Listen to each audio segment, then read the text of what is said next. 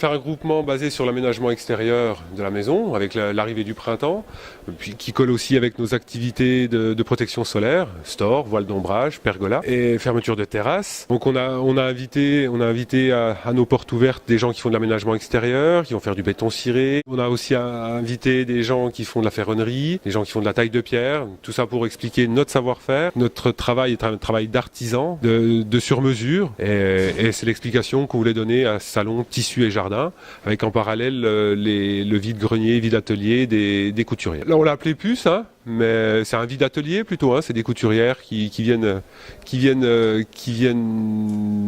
vendre leurs tissus et puis leurs bobines de fil, enfin, tout le surplus qu'elles ont en stock dans leurs ateliers de confection.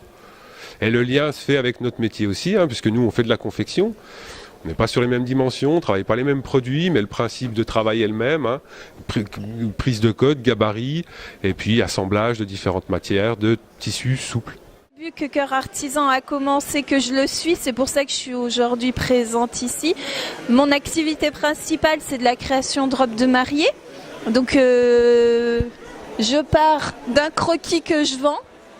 Et après, je réalise exactement la robe voulue par la future mariée. Voilà, c'est des pièces uniques. Mais je me spécialise beaucoup dans le bustier parce qu'en fait, on peut vraiment le détourner puis en faire quelque chose de moderne. Alors en fait, là, ce qui est sympa, c'est qu'on a un échange avec le public, mais surtout celles qui sont un peu créatives, qui essayent de toucher à tout.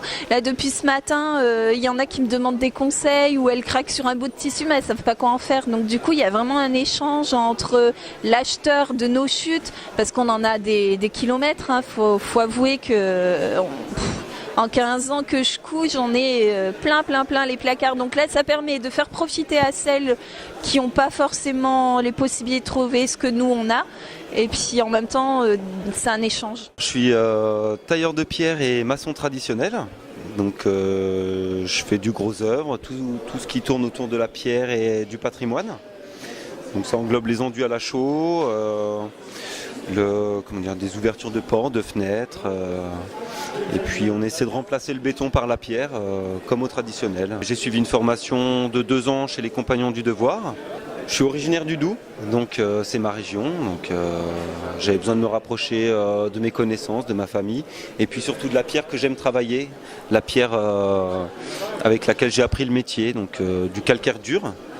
Calcaire dur, non gélif, une belle pierre, quoi. On peut travailler de l'ornement, c'est quelque chose qui dure dans le temps, c'est pérenne. Nous, on est constructeurs d'hébergements atypiques. Donc on construit toutes sortes de petites maisons ou d'habitats toilés, au sol, sur l'eau, dans les arbres. Donc soit avec des produits standards, soit sur des produits sur mesure. Pour nous, par rapport à notre région, on va beaucoup plus construire en bois parce que les professionnels de tourisme vont préférer travailler toute l'année, quoi. Et on a aussi une grande clientèle privée, des gens qui veulent faire une chambre d'hôte ou une chambre d'amis dans le jardin qui, eux, construiront en bois, construiront pas en toilé. Même nos couvertures sont en bois puisqu'on travaille, on a retrouvé les solutions pour scier du bois, pour faire des bardeaux bois comme à l'ancienne. La toile, c'est vraiment pour une question de coût. Mais aujourd'hui, on s'aperçoit qu'on réduit vraiment l'usage de la toile, mis à part pour l'hébergement atypique, donc comme la cabane suspendue, puisqu'on est très, très peu nombreux à réaliser une cabane qui se suspend dans les arbres. Et là, pour des besoins de légèreté, on a travaillé avec la toile.